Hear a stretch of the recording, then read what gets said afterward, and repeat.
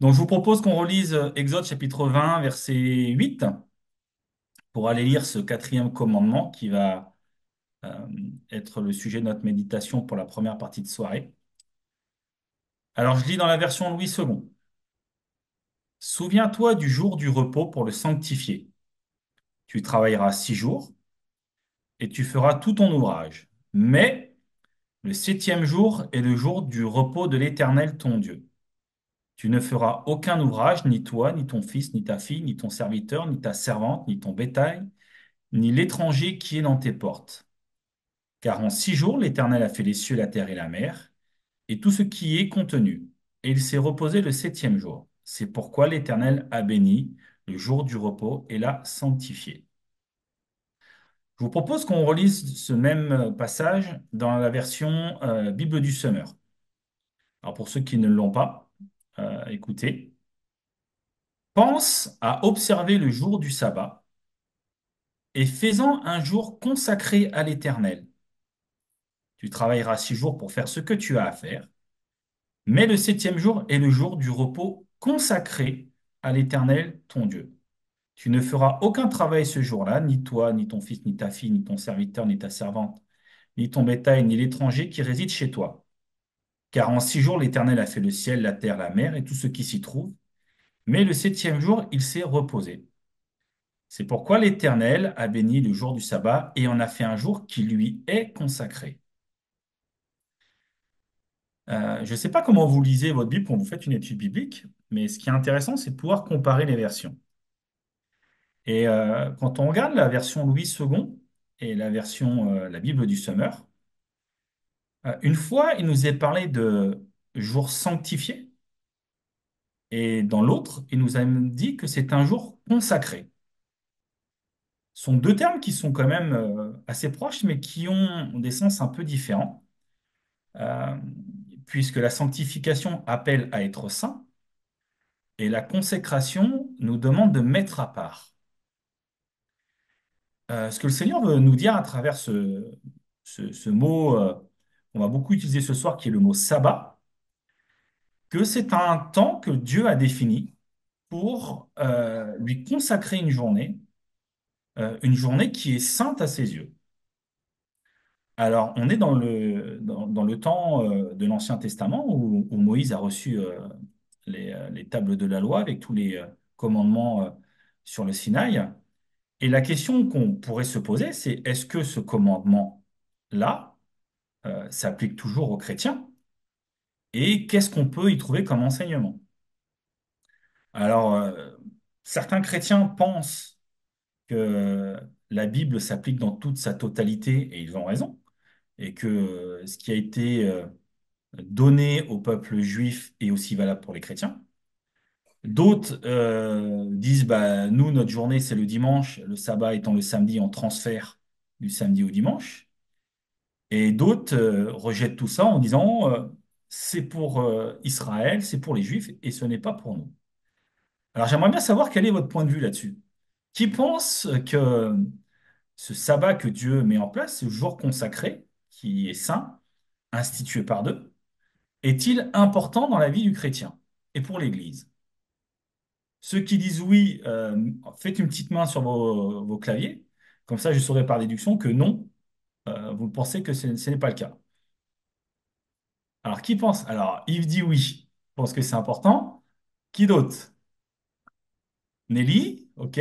Myriam aussi. Alors les autres, je ne vous vois pas. Marie-Claudette pense que aussi. Ok, donc il y a quand même pas mal de personnes qui pensent que ce temps de sabbat, ce jour consacré, est un temps important. Les logiards, pareil, ont levé la main. Regardons ce que dit un peu la Bible sur le sabbat.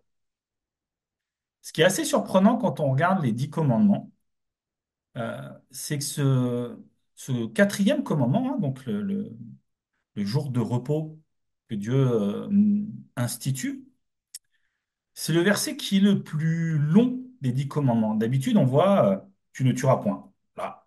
Tu ne commettras point d'adultère. Là. Pour le jour du sabbat, le jour du repos, Dieu rentre vraiment dans le détail et il prend du temps pour expliquer euh, Qu'est-ce qu'il attend derrière ça? Euh, on voit que ce commandement prend 4 versets où il explique qu'est-ce qu'il attend derrière ça. Autant dans les autres, on ne voit pas autant de détails et autant d'implications. Voilà, quand le Seigneur dit tu ne tueras point, voilà, tu ne tueras point, c'est très clair. Ce qui est important aux yeux du Seigneur dans ces versets-là, c'est vraiment cette notion de sanctification et de consécration, qui trouve déjà son essence dans la création. Dieu fait le parallèle avec la création en disant que il a travaillé 6 jours, il se repose le septième. La question, ouais, c'est est-ce que Dieu a vraiment besoin de repos? Je pense pas. Dieu est tout-puissant, il n'a pas spécialement besoin de repos. Alors pourquoi est-ce que Dieu, et on le verra au fil de notre méditation, décide d'instituer ce jour particulier? La première question qu'on pourrait se poser, c'est que dit le Nouveau Testament sur ce commandement? Euh, ce qui est surprenant, c'est que la plupart des commandements sont repris dans le Nouveau Testament, sauf celui-là. Le jour du sabbat, le jour consacré, ne se retrouve pas dans l'Ancien Testament. Et il y a un texte qui est, euh, qui est assez surprenant. On le lit dans Actes chapitre 15, pour ceux qui prennent des notes. Si vous voulez mes notes, hein, je peux aussi vous les envoyer, je n'ai pas de problème avec ça. Lorsque l'évangile est annoncé aux non-juifs et qu'ils se convertissent, la question est posée aux apôtres de savoir est-ce qu'ils doivent suivre les règles que la loi judaïque impose. Et voici la réponse qui est faite euh, par les apôtres. Ils disent, je suis d'avis qu'on ne crée pas des difficultés à ceux des païens qui se convertissent à Dieu, mais qu'on leur écrive de s'abstenir des souillures des idoles, de l'impudicité, des animaux étouffés et du sang. En aucun cas, dans les préconisations des apôtres aux païens qui deviennent chrétiens, donc les non-juifs, il leur est demandé de respecter ce sabbat. C'est vraiment quelque chose qui est pour les juifs. Euh, et aucun verset du Nouveau Testament vient euh, appuyer le fait de il faut respecter le sabbat. Ce qui est assez nouveau dans la manière d'appréhender l'évangile. Alors, on va se poser la question de qu'est-ce que c'est le sabbat? Ce qui est important de dire, c'est que le sabbat, c'est Dieu qui l'a institué. Ce n'est pas Moïse. D'accord? C'est bien Dieu qui a institué ce jour-là en appui de ce qu'il a fait au moment de la création. Lorsque Dieu institue le sabbat, il a institué un jour très précis, le septième jour. Vous savez que le chiffre 7 dans l'Évangile est un chiffre important qui est en lien avec la sainteté de Dieu. Il donne des consignes très claires.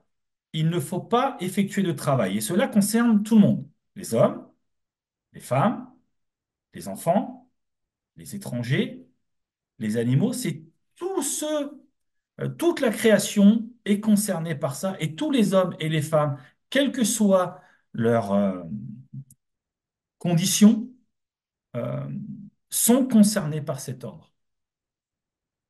Et derrière ce sabbat, Dieu va être très précis puisqu'il va expliquer ce qu'il n'y a pas le droit de faire. On n'a pas le droit de travailler les champs, on n'a pas le droit de tailler la vigne, on n'a pas le droit de ramasser du bois. Voilà, on n'a pas le droit de faire du commerce, on n'a pas le droit de porter des charges. Il y a des choses très très pratiques qui sont mises en place.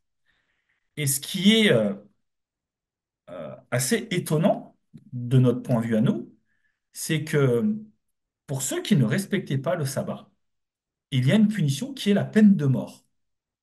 Dieu était très sérieux avec ça. Et on le retrouve dans le livre de l'Exode, au chapitre 20, je vous le lis.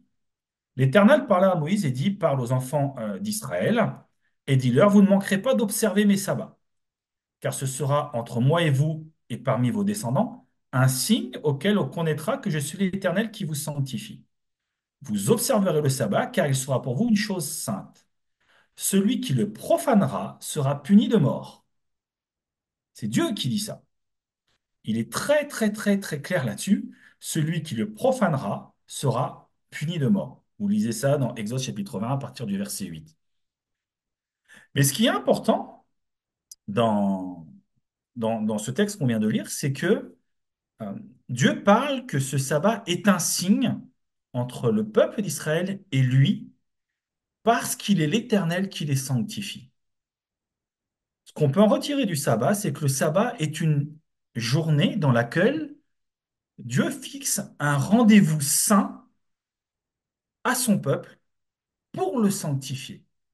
Et vous connaissez qu'au travers de toute l'histoire d'Israël, Israël a été, comme le dit, c'est Dieu qui le dit lui-même, hein, un peuple à la nuque raide, au cou raide, et Dieu avait besoin de rappeler régulièrement à Israël qu'il fallait qu'il se consacre et qu'il se sanctifie. Et donc ce temps de sabbat était un rendez-vous que Dieu donnait à Israël afin de pouvoir les sanctifier. Et pour pouvoir que Dieu ait du temps avec eux, il fallait qu'ils s'arrêtent. Et Dieu vraiment est très précis, hein, parce que dans la suite du texte qu'on vient de lire en Exode 20, Dieu rappelle une seconde fois que celui qui fera quelque ouvrage le jour du sabbat sera puni de mort. Donc Dieu ne rigolait pas avec cette journée, c'était quelque chose de très important. Et il ira plus loin en disant, les enfants d'Israël observeront le sabbat. En gros, c'est un commandement, vous obéissez, en le célébrant eux et leurs descendants comme une alliance perpétuelle. Donc il y a bien derrière cette notion d'alliance sainte dans le sabbat entre Dieu et son peuple, parce que son but à travers cette journée, c'était de pouvoir sanctifier son peuple. C'était une journée qui était sainte. Mais on voit au fil de l'histoire biblique, euh, le sabbat va perdre de cette attente de sainteté que Dieu veut. Je ne sais pas si vous connaissez un petit peu euh, comment, comment s'instruisent les Juifs. Donc vous avez qu'il y a la Torah et après ils ont des livres, puisque la loi de Dieu s'est transmise à l'oral. euh, des maîtres rabbiniques ont écrit des documents qui reprennent ces, ces, ces, euh, euh, je cherche le mot, ces principes oraux bibliques. Et il y a le premier livre qui s'appelle la Mishma et qui est complété par le Talmud. Et la Mishma, qui est le premier recueil sacré de la loi juive, a clairement défini 39 actions interdites. Je vous donne un exemple. Euh, il n'y a pas le droit de laver le linge, il n'y a pas le droit de coudre, il n'y a pas le droit de moudre du grain, il n'y a pas le droit de moissonner, il n'y a pas le droit d'écrire plus de deux signes ou de deux lettres. Ouais, il y a des choses très, très, très précises. Et Jésus va commencer, lorsqu'il arrive et qu'il commence son ministère, à remettre un peu de l'ordre vis-à-vis du sabbat. Dans Marc chapitre 2, verset 27, euh, Jésus dira ceci, le sabbat a été fait pour l'homme et non l'homme pour le sabbat. Jésus rappelle quel est le but du sabbat. Le sabbat n'est pas là pour enfermer le peuple juif dans une loi euh, très légaliste, mais elle est là pour être une bénédiction pour l'homme. Et Jésus va commencer, vous connaissez, à reprendre durement les pharisiens en leur disant, Malheur à vous aussi, docteurs de la loi, parce que vous chargez les hommes de fardeaux difficiles à porter, que vous ne pouvez même pas toucher de votre droit. Et on va commencer à voir que Jésus va reprendre euh, l'autorité sur le sabbat. Et il y a un texte biblique, c'est dans Matthieu chapitre 12 au verset 1er, où on voit que les disciples traversent un champ et parce qu'ils ont faim, ils commencent à arracher des épis et à les manger, des épis de blé. Et en voyant cela, les pharisiens vont venir vers Jésus en disant, tes disciples font ce qu'il n'est pas permis de faire pendant le sabbat. Et Jésus va commencer à leur répondre et leur a rappelé que le roi David, lorsqu'il a eu faim, ben, il a été manger les pains de proposition qui étaient consacrés. Et il va commencer à les remettre en cause. Et on lit ça dans Matthieu chapitre 12, à partir du verset 1er jusqu'au verset 8.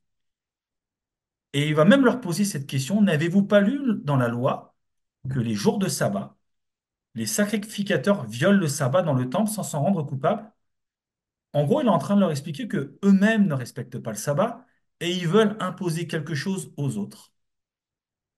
Et il continue cet échange avec les pharisiens en leur disant ceci, or je vous le dis, il y a ici quelque chose de plus grand que le temple. Si vous saviez ce que signifie je prends plaisir à la miséricorde et non au sacrifice, vous n'auriez pas condamné les innocents, car le Fils de l'homme est maître du sabbat. Jésus explique ici que c'est lui le maître du sabbat,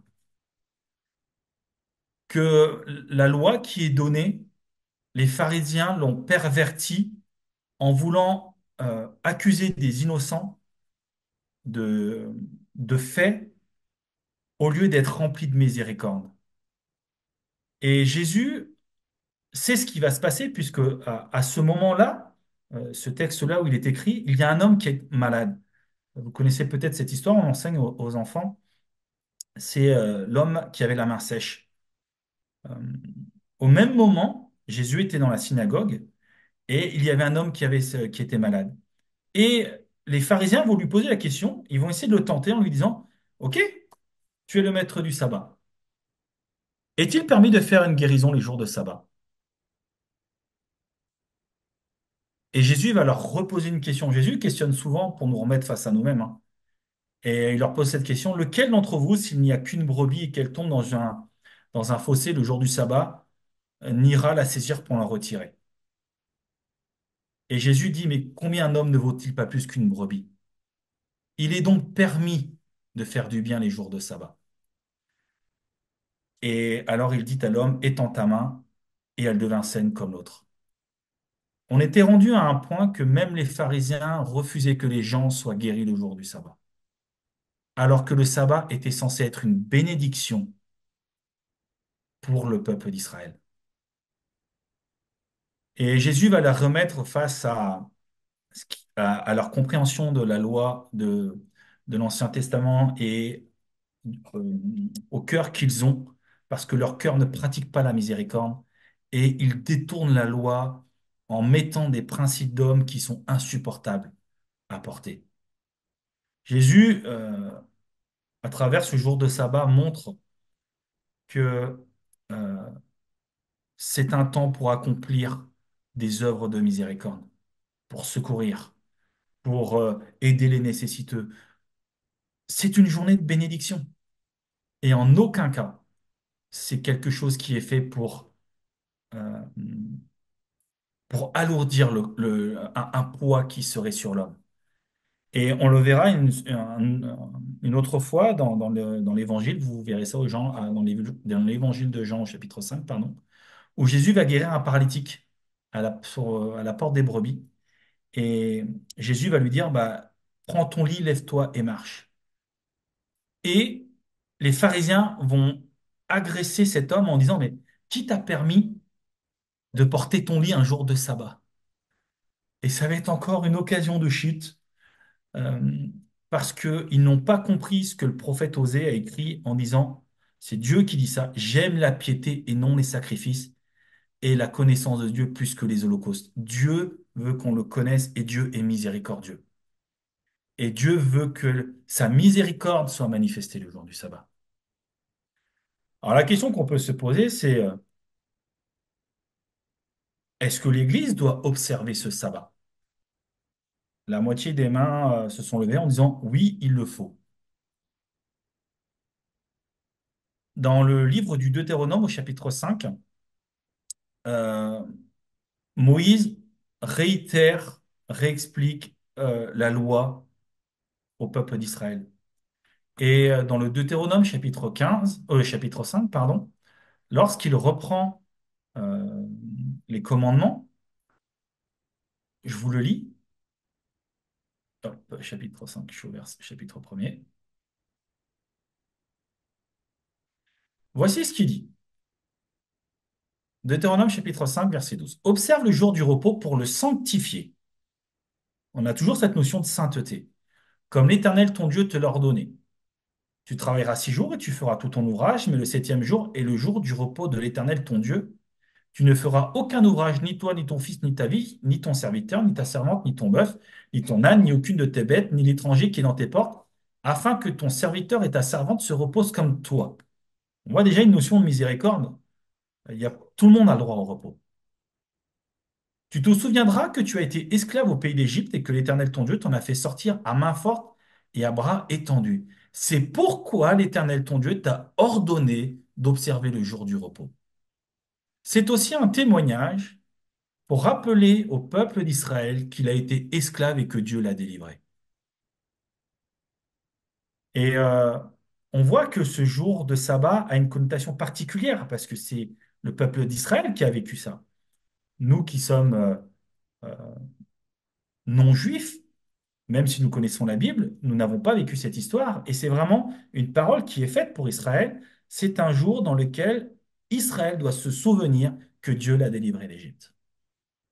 Donc, première réponse qu'on pourrait avoir, c'est est-ce que l'Église doit suivre l'observance du sabbat? D'un point de vue de ce qu'on lit avec Moïse, c'est que c'est un jour mémorial pour Israël qui doit se rappeler que Dieu l'a délivré de l'Égypte.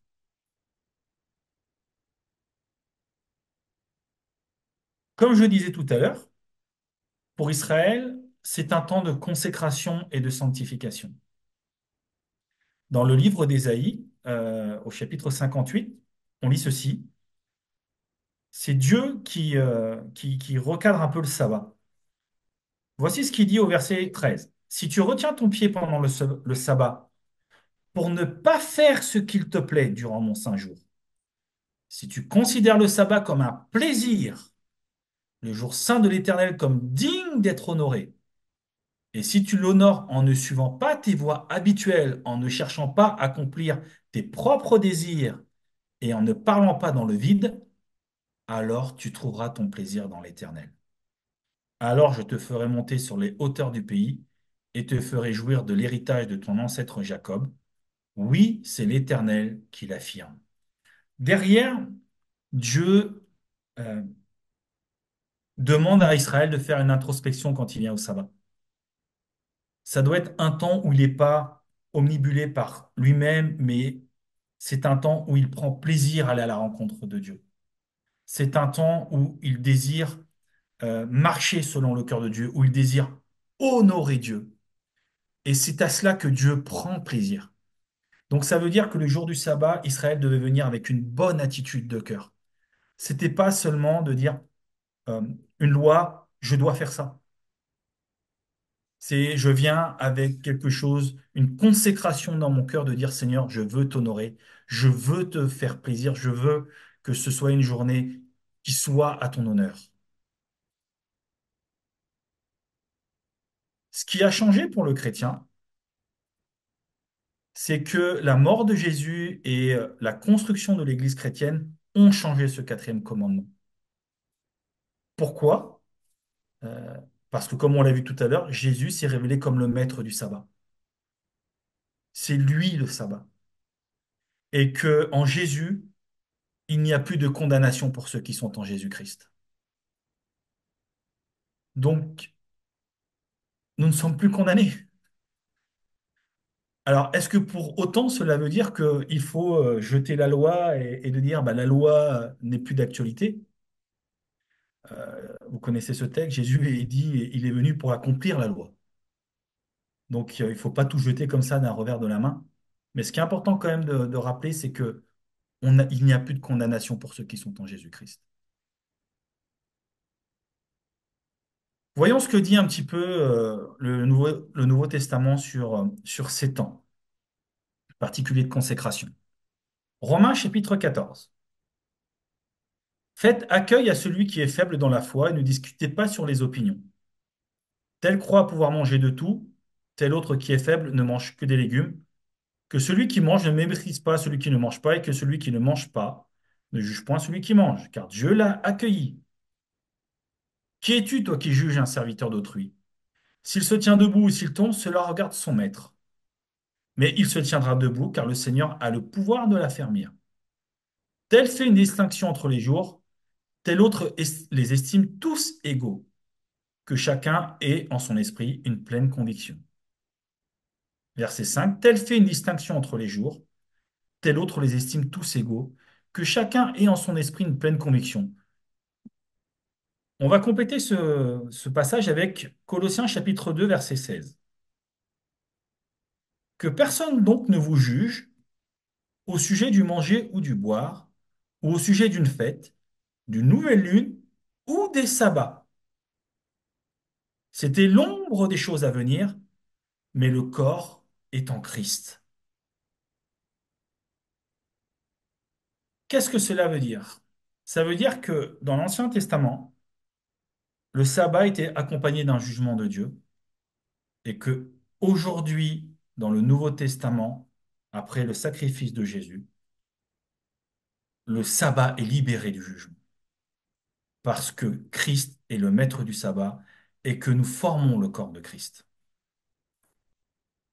Et on va voir très vite dans le Nouveau Testament que que les nouveaux chrétiens, l'Église primitive, l'Église première, je préfère ce terme, va commencer à vivre différemment son culte. On le voit qu'ils vont plus se réunir le septième jour, mais le premier jour de la semaine. On voyait ça dans le livre des Actes. Et d'ailleurs, Paul dira ceci, que chacun de vous, le premier jour de la semaine, mette à part chez lui ce qu'il pourra. Le plus important à retenir vraiment, c'est que Jésus est le maître du sabbat et que comme Jésus est le maître du sabbat, en lui, nous avons déjà trouvé notre repos. Et ça, on le lit dans Hébreux chapitre 4. Je vous le lis. Craignons donc, tandis que la promesse d'entrer dans son repos subsiste encore, qu'aucun de vous ne paraisse être venu trop tard. Car cette bonne nouvelle nous a été annoncée aussi bien qu'à eux. Mais la parole qui leur fut annoncée ne leur servit de rien parce qu'elle ne trouva pas de foi chez ceux qui l'entendirent. Pour nous qui avons cru, nous entrons dans le repos. Selon qu'il dit, je jurai dans ma colère, ils n'entreront pas dans mon repos. Il dit cela, quoique ses œuvres eussent été achevées depuis la création du monde. Car il a parlé quelque part ainsi du septième jour. Et Dieu se reposa de toutes ses œuvres le septième jour, et ici encore, ils n'entreront pas dans mon repos. Or, puisqu'il est réservé à quelques-uns d'y entrer, et que ceux à qui d'abord la promesse a été faite n'y sont pas entrés à cause de leur désobéissance, Dieu fixe un nouveau jour aujourd'hui en disant dans David, si longtemps après, comme il est dit plus haut, aujourd'hui, si vous entendez sa voix, n'endurcissez pas vos cœurs. Car si Josué leur avait donné le repos, il ne parlerait pas après cela d'un autre jour. Versets 10 et 11. Il y a donc un repos de sabbat réservé au peuple de Dieu. Car celui qui entre dans le repos de Dieu se repose de ses œuvres, comme Dieu s'est reposé des siennes. Efforçons-nous donc d'entrer dans ce repos, afin que personne ne tombe en donnant le même exemple de désobéissance. Qu'est-ce que nous dit ici euh, l'homme qui a écrit cette lettre? On suppose que c'est l'apôtre Paul, mais on n'en est pas sûr. Que aujourd'hui, nous qui sommes le peuple de Dieu, nous avons déjà trouvé ce repos en Jésus-Christ.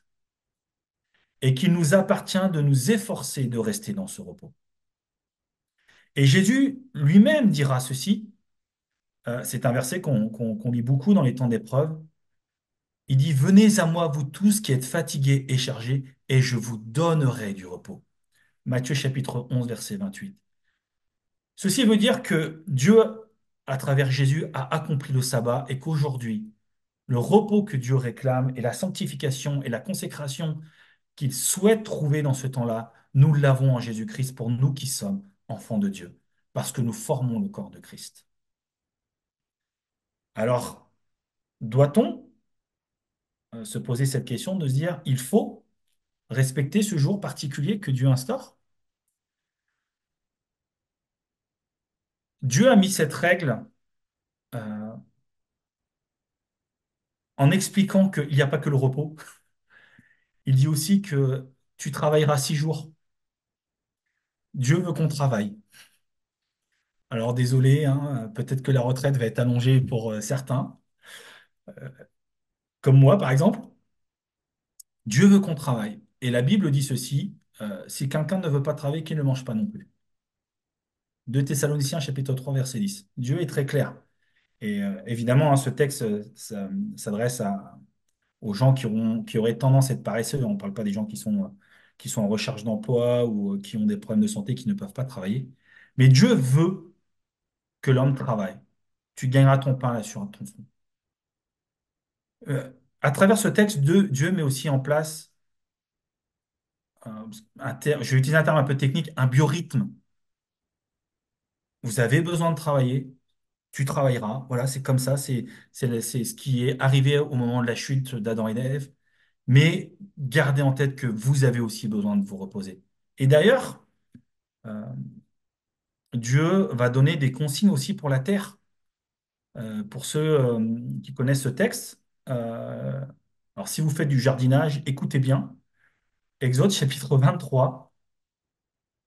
Pendant 6 années, tu ensemenceras la terre et tu en recueilleras le produit. Mais la septième, tu lui donneras du relâche et tu la laisseras en repos.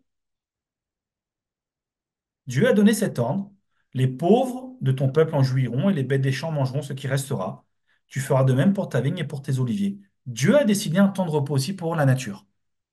C'est important. Et aujourd'hui, dans un contexte où on essaye de faire de l'agriculture intensive, c'est pas ce que Dieu veut.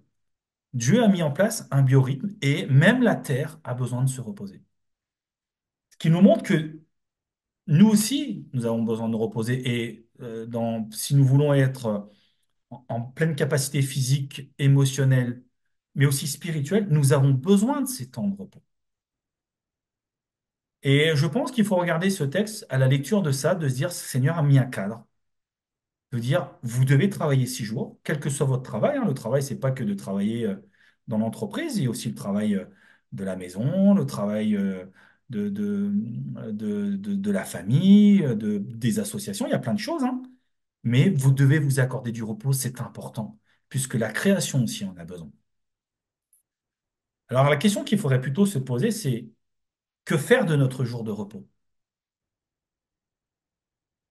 Euh, Ce qu'on voit dans la parole de Dieu, c'est que les premiers chrétiens se retrouvaient pour construire l'église locale dans laquelle ils louaient le Seigneur, ils, ils étaient enseignés, où ils priaient, où ils se retrouvaient pour la Sainte Seine. Euh, Ce temps de repos nous permet de nous retrouver pour construire l'église locale. Lorsque Dieu s'est reposé de son œuvre, ce qui est important, c'est que Dieu a- a béni sa création, a béni ce temps. Le temps du sabbat, ce jour de repos, c'est un jour de bénédiction. Et Dieu veut faire quelque chose dans ce jour de bénédiction. Et on le voit dans ce que Jésus fera au moment du sabbat. Il fera beaucoup d'actions de miséricorde. Euh, on le voit, les disciples avaient faim, il les a laissés manger. Euh, et d'ailleurs, c'est pas pour rien le blé, c'est une signification, hein. Jésus est le pain de vie. Il a guéri. C'est une journée de bénédiction. C'est une journée où on peut être ressourcé. C'est une journée où Dieu veut agir. Et c'est une journée dans laquelle Dieu manifeste sa miséricorde. Et on le voit bien que les pharisiens grinçaient, mais c'est un jour de bonté, c'est un jour de miséricorde. Et je crois, à la lecture de ce qu'on lit dans la Bible, que comme pour Israël, c'est un jour que Dieu, dans lequel nous donne un rendez-vous. Et si je reprends Ésaïe 53 qu'on a lu tout à l'heure, verset 13, je pense qu'on peut voir le sabbat euh, comme un temps qu'on consacre. Je relis hein, ces textes. Si tu retiens ton pied pendant le sabbat pour ne pas faire ce qu'il te plaît durant mon saint jour, si tu considères le sabbat comme un plaisir, le jour saint de l'Éternel comme digne d'être honoré, et si tu l'honores en ne suivant pas tes voies habituelles, et en ne cherchant pas à accomplir tes propres désirs et en n'en parlant pas dans le vide, alors tu trouveras ton plaisir dans l'Éternel. alors je te ferai monter sur les hauteurs du pays et te ferai jouir de l'héritage de ton ancêtre Jacob. Oui, c'est l'Éternel qui l'affirme. Derrière ce texte-là, c'est si on décide de consacrer du temps, ce temps de repos au Seigneur, pour vraiment euh, faire ce qui lui plaît, euh, alors on trouvera notre plaisir dans l'Éternel. Et je crois que ce jour de repos, certains pourraient dire, oui, on n'a qu'une journée, mais c'est un temps de sacrifice qu'on offre au Seigneur. Pour dire, Seigneur, je suis convaincu qu'en décidant de te suivre et en ne cherchant pas à rester au lit dimanche matin, parce que je suis mieux dans mon lit que de venir au culte, euh, eh ben, tu honoreras ça et que ce sera une journée de bénédiction parce que c'est ce que tu nous promets. C'est une journée qui est sainte, parce qu'on la met en valeur pour toi et on te la consacre. Et je pense, à la lecture de ce qu'on lit dans les évangiles, qu'il est bon d'avoir un temps, alors pas à la manière de l'Ancien Testament, parce qu'il n'y a plus de condamnation pour ceux qui sont en Jésus-Christ. Mais ce jour de sabbat et ce jour de repos est une journée de bénédiction dans laquelle Dieu nous invite à nous inscrire pour recevoir aussi cette bénédiction qu'il nous a promise. Et que c'est une bénédiction pour tous ceux qui sont en attente euh, d'un exaucement. On le voit, Dieu a guéri, Dieu a pourvu et Dieu veut continuer de le faire. Et c'est l'occasion pour nous aussi d'amener tous ceux euh, qui sont en attente de cette bénédiction, euh, qui ont besoin d'être touchés par l'Évangile, de recevoir cette bénédiction. Donc, si vous voulez demander mon avis, euh, l'apôtre Paul nous dit, voilà, que chacun ait en son esprit une pleine conviction. On l'a lu tout à l'heure. Ma conviction, c'est que il est bon de consacrer du temps au Seigneur et de consacrer ce repos que Dieu nous donne physiquement, mais au-delà de ce repos hebdomadaire très biorhythmique, euh, n'oublions pas que notre repos, on le trouve déjà en Jésus-Christ, parce que c'est lui le maître du sabbat, et qu'à travers la croix du Calvaire, il a tout accompli, et que on peut trouver ce repos quotidiennement, en permanence, même quand on travaille, parce que Dieu nous a donné son repos, et il nous invite à aller le chercher quotidiennement. Efforcez-vous d'entrer dans ce repos. Et ben, voilà, vous tous qui êtes fatigués et chargés, venez à moi, déchargez-vous et je vous donnerai mon repos. Et c'est une belle promesse que Dieu fait, que Jésus nous fait à travers de cette parole. Mais cela engage de notre part une action, c'est d'aller à lui. Et un des temps que nous avons de disponible, bah, c'est ce jour de repos pour aller à lui. Est-ce que j'ai été clair? Est-ce que je me suis fait comprendre? Est-ce que vous avez des remarques ou des questions avant qu'on attaque le cinquième commandement?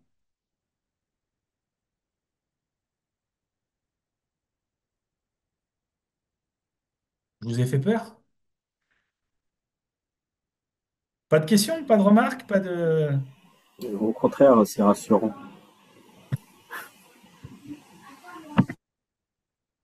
Alors, je ne vous cacherai pas que quand Léandro m'a dit, Manu, est-ce que tu veux bien faire l'étude biblique jeudi soir? Je lui ai dit, vous en êtes où? Il me dit, on va parler du jour du repos du sabbat. Et je lui ai dit, tu me pièges là, Léandro, parce que j'essaie d'éduquer mes enfants que le dimanche, on ne travaille pas, qu'on essaye de prendre du temps en famille, parce que la semaine, on travaille tous énormément et le service de l'église. Et que depuis un an, je travaille le dimanche après-midi parce que j'ai tellement de devoirs avec ma reprise d'études que je me condamne moi-même en vous parlant ce soir et qu'il est temps pour moi de prendre aussi un peu de repos. Si pas de questions, je vous propose qu'on regarde le cinquième commandement, qui est un commandement, pour moi, qui est le commandement le plus surprenant. Je vous cacherai pas. À titre personnel, c'est celui-ci, Exode chapitre 20, verset 12. Honore ton père et ta mère, afin que tes jours se prolongent dans le pays que l'Éternel ton Dieu te donne. Louis II, si on lit dans la Bible du Semeur, honore ton père et ta mère afin de jouir d'une longue vie dans le pays que l'Éternel ton Dieu te donne. Parole de vie, respecte ton père et ta mère. Ainsi, tu vivras longtemps dans le pays que moi, le Seigneur, je te donne. Je trouve très surprenant euh, parce que si Dieu donne ce commandement, c'est que ça ne doit pas être aussi évident que ça, d'honorer son père et sa mère. Euh, et on va le voir un peu pourquoi après derrière. En tout cas, ce qu'on peut retenir de ce commandement, comme tous les autres commandements d'ailleurs, hein, c'est que c'est important aux yeux de Dieu d'honorer son père et sa mère. C'est un commandement. Alors, qu'est-ce que ça veut dire honorer? Je t'ai voir dans le Larousse, dictionnaire. Et honorer, ça veut dire traiter avec beaucoup de respect et d'égard. Et quand on voit ce commandement, honore ton père et ta mère, je pense qu'il est important qu'on se rappelle que la famille est au centre du plan de Dieu. Et c'est très important de se le rappeler. Dès la Genèse, on voit que Dieu va instituer le couple à travers du mariage. Et il dit ceci, c'est pour que l'homme quittera son père et sa mère, s'attachera à sa femme, et ils deviendront une seule chair. Et Dieu les bénit. C'est quelque chose qui est voulu de Dieu et qui est une bénédiction aux yeux de Dieu. Et derrière, il va donner cet ordre hein, à l'homme et la femme, Adam et Ève. Soyez féconds, multipliez et remplissez la terre.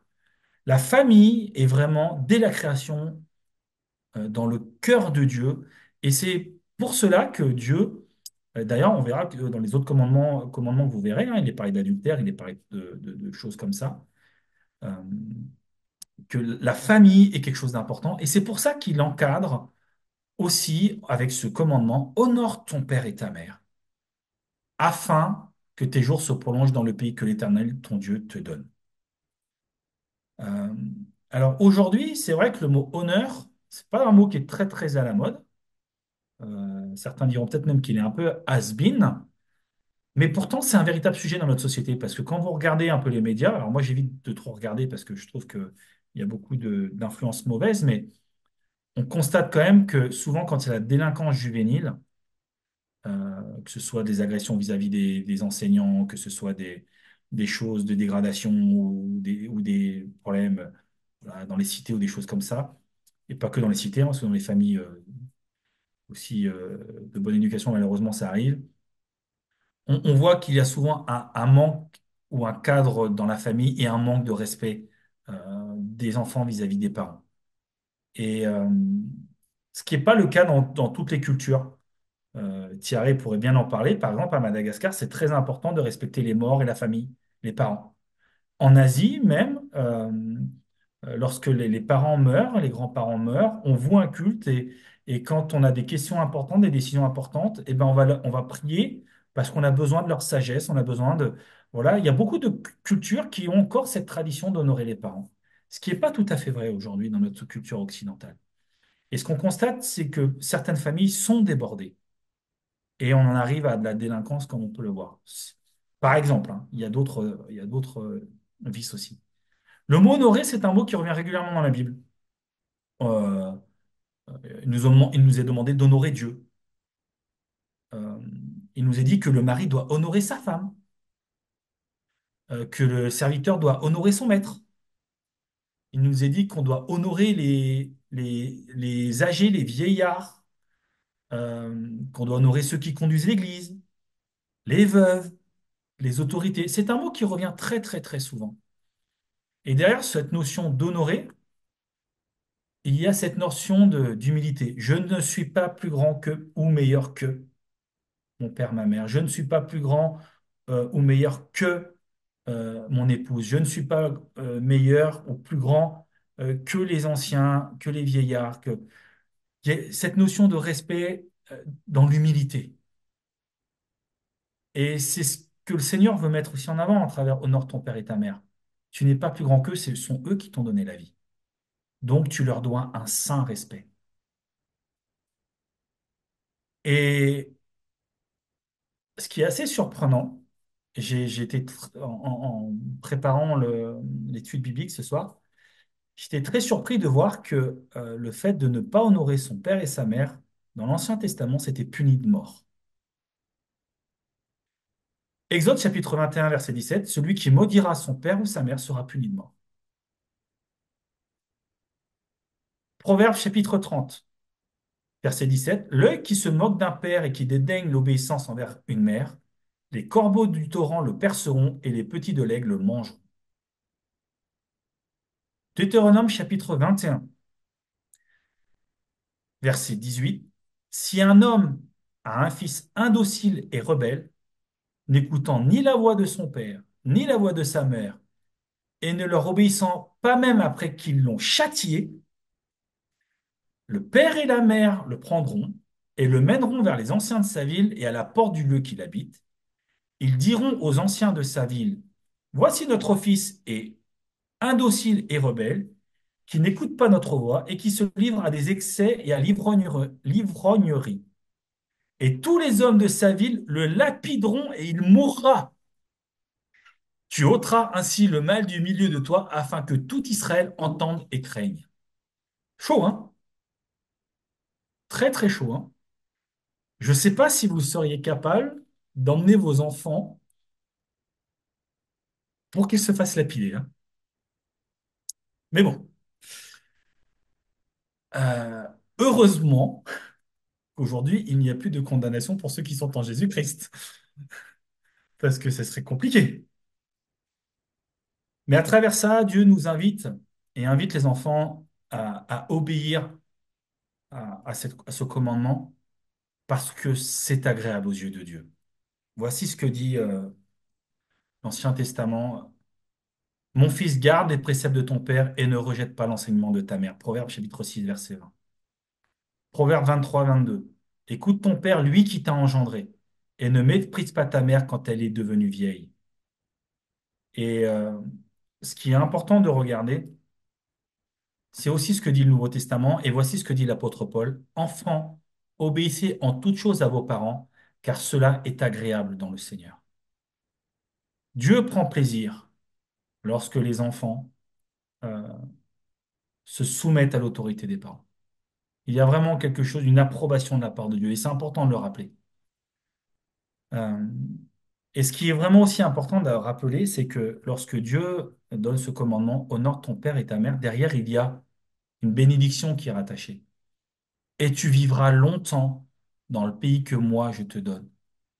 Derrière cet axe d'obéissance, Dieu veut dire que euh, la vie du futur est intimement liée à la manière dont j'honore mon père et ma mère.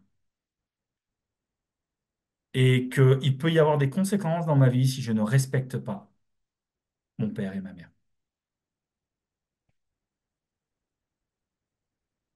Il est important aussi de rappeler que ce commandement ne dépend pas de l'âge. On voit dans l'Évangile que Jésus était totalement soumis à ses parents. Luc chapitre 2, verset 51. Il nous est dit qu'à 12 ans, il était dans le temple et que ses parents le cherchaient et que lorsqu'ils sont revenus au temple parce qu'ils l'avaient perdu, Jésus les a suivis, il nous est dit parce qu'il leur était soumis. Jésus, en tant qu'enfant, était soumis à ses parents. Mais lorsque Jésus a été sur la croix, euh, pendant qu'il est en train de souffrir, d'agoniser, il nous est dit ceci dans Jean chapitre 19 au verset 25 et 26, que Jésus, voyant sa mère, et auprès d'elle, le disciple qui l'aimait dit à sa mère, Femme, voilà ton fils. Qu'est-ce que ça veut dire? Ça veut dire que même sur la croix, Jésus honorait, pensait au bien-être de sa mère. Il voulait qu'elle soit bien. Et c'est pour ça qu'il va la confier aux disciples qu'il aimait. Il ne la confie pas à n'importe qui, parce qu'il veut le meilleur pour sa mère. Et dans un contexte aujourd'hui où on vit de plus en plus vieux, nous avons ce devoir de veiller au bien-être de nos parents, même quand ils sont âgés. C'est pas qu'une question d'âge, c'est que ça s'applique à toute notre vie. Et ça doit être une de nos préoccupations, de veiller sur la vieillesse de nos parents. Parce que la Bible dit ceci, si quelqu'un n'a pas soin des siens, et principalement ceux de sa famille, il a renié la foi et il est pire qu'un infidèle. 1 Timothée chapitre 5, verset 8. Donc ce commandement ne dépend pas de l'âge et il serait hasardeux de balancer ça aux enfants de façon assez, un peu à la méthode pharisianiste, de dire, enfants, obéissez à vos parents. Mais il faut comprendre que ce ne sont pas que les enfants, c'est aussi les adultes parce que nous sommes des enfants de quelqu'un. Et que nous avons jusque dans la vieillesse, jusque dans leur fin de vie, jusque dans tout, le devoir de vouloir leur bien-être. Et c'est ce que fera Jésus sur la croix en confiant sa mère aux disciples qu'il aimait. Il ne l'a pas confié à n'importe qui. Et à partir de ce moment, ce disciple a pris soin de la mère de Jésus. On parle de Jean, évidemment. Alors pour que on puisse appliquer honore ton père et ta mère, bah, il est important que les parents soient honorables. Je pense que ça va. Il est important de rappeler que honorer ne veut pas dire tout accepter. Des fois, on n'est pas d'accord avec ses parents. Euh, il y a des parents qui sont mauvais avec leurs enfants. Il y a des abus, il y a des violences, et ce n'est pas parce qu'on doit les honorer qu'on doit tout accepter. Et c'est la différence qu'il y a entre accepter et honorer. Euh, un enfant, quel que soit l'âge qu'il a, ne doit pas subir euh, le bon vouloir des parents de façon irraisonnée, voire illégale. Euh, D'autant qu'on parle de plus en plus, et c'est très bien, les choses se révèlent, d'inceste, de pédopornographie, de tout ça. C'est compliqué de dire honore ton père et ta mère quand c'est comme ça. Il faut que les parents soient honorables. Et pour que, si nous voulons que les enfants honorent leurs parents, eh ben, il faut que les parents leur montrent un bon témoignage et les invitent à être honorés. Si on reprend le Nouveau Testament, l'apôtre Paul va reprendre ce commandement et va éclaircir. Voici ce qu'il dit dans Éphésiens chapitre 6. Enfants, obéissez à vos parents, selon le Seigneur, car cela est juste. Honore ton père et ta mère, c'est le premier commandement, avec une promesse, afin que tu sois heureux et que tu vives longtemps sur la terre. C'est important, il y a vraiment une promesse à ça. Et tout de suite après, derrière, il dit ceci, et vous, pères, n'irritez pas vos enfants, mais élevez-les en les corrigeant et en les instruisant selon le Seigneur. L'un ne va pas sans l'autre. Si je veux que mes enfants m'honorent, il faut que je ne les irrite pas et que je les instruise selon le Seigneur. Euh, Mon témoignage doit être rempli du Saint-Esprit et doit être à l'image de Jésus. La marque de l'éducation que je donne à mes enfants doit être inspirée d'amour, de foi et d'espérance. Parce qu'autrement, nous n'invitons pas nos enfants à nous honorer. Et cela, nous en aurons la responsabilité. Et cela est aussi valable pour les parents qui sont en âge vis-à-vis des enfants qui sont adultes, parce qu'on a toujours besoin de ses parents. Et on a toujours besoin du conseil de ses parents, de la sagesse de ses parents.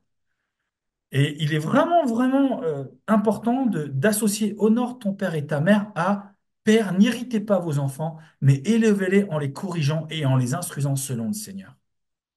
Le témoignage que nous apportons est important pour que nous soyons honorés par nos enfants. Je voulais apporter cette petite précision. Jésus va reprendre les pharisiens. Euh, L'Église ou l'enseignement biblique n'est pas une excuse euh, pour ne pas honorer ses parents. Euh, Jésus va dire ceci dans Matthieu chapitre 15. Il leur répondit, pourquoi transgressez-vous le commandement de Dieu au profit de votre tradition? Car Dieu a dit, honore ton père et ta mère. Et celui qui maudira son père ou sa mère sera puni de mort. Mais vous, vous dites, celui qui dira à son père ou à sa mère, ce dont j'aurais pu t'assister est une offrande à Dieu, n'est pas tenu d'honorer son père ou sa mère, vous annulez ainsi la parole de Dieu au profit de votre tradition. Qu'est-ce que Jésus dit là? Il dit, tu sais que tes parents sont dans le besoin, mais tu préfères donner cette offrande au temple au lieu que de subvenir aux besoins de ta famille. Tu es en train d'annuler le commandement du Seigneur. Parce que celui qui n'a pas soin des siens est pire qu'un infidèle. Jésus recadre un peu les pharisiens en disant que euh, n'allez pas chercher une excuse, euh, en gros, avec l'Église pour ne pas bien honorer vos parents. Vos parents sont dans le besoin, c'est la priorité. C'est une priorité. C'était pour moi important de rappeler parce que des fois, on a tendance à... Il ne faudrait pas que nos enfants soient aigris par rapport à ce qu'on fait pour Dieu et qu'ils soient... euh, qu'ils ne veulent plus entendre parler de l'Évangile, qu'ils ne souhaitent plus venir à l'Église, qu'ils ne souhaitent plus entendre parler de Dieu parce qu'on les aura dégoûtés de l'Évangile, de l'Église, à cause de notre attitude en disant, oui, bon, on fait ça pour le Seigneur. Jésus reprend les pharisiens en leur disant, vous êtes en train d'annuler la loi au profit de vos traditions. Notre priorité, c'est bien nous concentrer sur notre famille. C'était pour moi important de le rappeler. Alors que faire quand nous sommes en conflit avec nos parents? Parce que ça arrive. Eh bien, pardonner. Le premier honneur qu'on peut faire à nos parents, c'est de les pardonner. Déjà, il faut accepter de dire que nos parents ne sont pas parfaits. Alors aujourd'hui, certaines de mes filles me voient encore parfait, j'en profite. Je sais que ça va pas durer, parce qu'à un moment donné, elles vont me dire, Papa, c'est bon, j'en ai marre, j'ai envie de mener ma vie. Tu fais que de râler, elles me le disent déjà. Euh, mais nous ne sommes pas parfaits et nous sommes faillibles. Et il faut accepter de reconnaître que nos parents sont imparfaits et à ce titre-là, nous devons pardonner comme Christ a pardonné. Euh, Vous connaissez ce texte, hein, mais si vous ne pardonnez pas aux hommes, votre Père ne vous pardonnera pas non plus vos offenses. Matthieu chapitre 6, verset 15.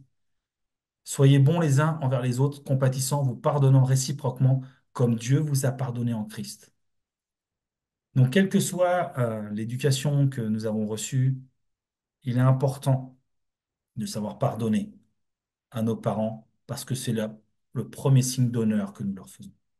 Mais ça ne veut pas dire que nous acceptons, hein, quand je reprends un exemple assez brutal peut-être, mais si je me suis fait tabasser quand j'étais enfant, je ne vais pas dire merci à mes parents. Je ne peux pas l'accepter parce que Dieu ne veut pas la violence. Mais parce que je les aime et parce que je veux obéir et je veux être agréable à Dieu, je leur pardonne. Et ça, il n'y a qu'avec le Seigneur qu'on peut le vivre. Parce que Christ a tout pris à la croix du Calvaire, y compris ce péché de violence. Ce qui est important aussi de mettre en lumière, c'est que Jésus, lorsqu'il est venu sur la terre, a présenté Dieu comme un père. Et lorsqu'il va annoncer le royaume des cieux et annoncer Dieu, il a pu le présenter comme Dieu l'Éternel ou Dieu la super autorité, mais il va le présenter comme un père. Et on voit bien dans les textes dans lesquels il nous invite à la prière, Notre Père qui es aux cieux, mon Père qui est dans le ciel. Et c'est aussi euh, honorer Dieu le Père que honorer son Père et sa mère. Nous avons un saint respect de la personne de Dieu le Père. Et c'est aussi à travers ça que sa bénédiction s'exprime. Et à la lumière de l'Évangile, honore ton Père et ta mère prend une dimension beaucoup plus spirituelle euh, en intégrant la personne de Dieu le Père. Et pour finir, il était pour moi important aussi de parler de la belle famille. La parole de Dieu nous dit ceci, c'est pourquoi l'homme quittera son père et sa mère et s'attachera à sa femme, et ils deviendront une seule chair. Donc, mes amis, mes bien-aimés, frères et sœurs, ma belle-mère et ma mère, mon beau-père et mon père. Donc, je dois les aimer comme mes parents, parce que je ne forme plus qu'un, et que les beaux-parents ne doivent pas être une source de conflit, mais je dois les aimer et je dois les honorer comme s'ils étaient mes propres parents. puisque devant le Seigneur, je ne forme plus qu'un. Et je dois aussi bien veiller sur mes beaux-parents que sur mes parents, puisque c'est aux yeux du Seigneur, ce sont aussi les miens. Et que il faut que j'en prenne soin. Et il n'y a pas de différence à faire ou de jugement à avoir. Alors, voilà, j'ai un petit sourire sur la belle-mère parce que souvent, c'est l'image de dire, ah, ma belle-mère, ma belle-mère, ma belle-mère. Moi, je m'entends très bien avec ma belle-mère, je l'aime énormément. Euh, mais c'est important de se dire que lorsque je construis mon couple, j'embrasse aussi la famille de mon conjoint et à ce titre-là, les parents de mon conjoint deviennent mes parents et je dois aussi en prendre soin et les honorer parce que c'est ce que Dieu veut.